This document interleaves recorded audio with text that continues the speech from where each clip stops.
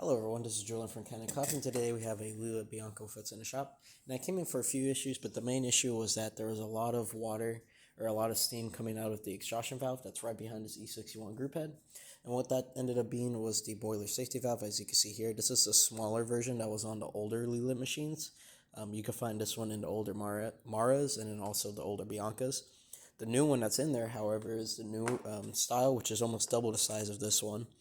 So should last a little bit longer. And then also we did replace the O-ring on the vacuum release valve because that also was leaking steam into the exhaustion valve. On top of that, we did a tune-up to this machine where we descaled both of the boilers. There was quite a bit of scale in both of them, so we descaled it for quite a while. And then also backflushed the machine. We did replace the shower screen and gasket. Since this one was a silicone one, as you can see with the changed color, we did replace the gasket inside of this group head. Also did some deep cleaning. There was quite a bit of cloggage on the steam one. So now that's opened up. We'll test it here in a second. All of the descaling was done pretty much through the hot water tap when it came to the steam boiler. And we're just going to quickly test the machine here by brewing a simple shot.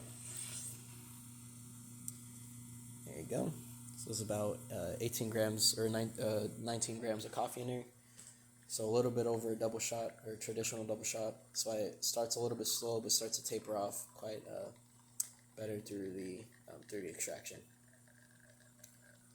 Beautiful shot here, and since it's a dual boiler, you can also use a steam one. We're just gonna, as you can see, a lot of steam now coming out. It was quite clogged even after using milk detergent, so I did take the steam head off and also cleaned all the holes to make sure there was no obstructions on the steam boiler.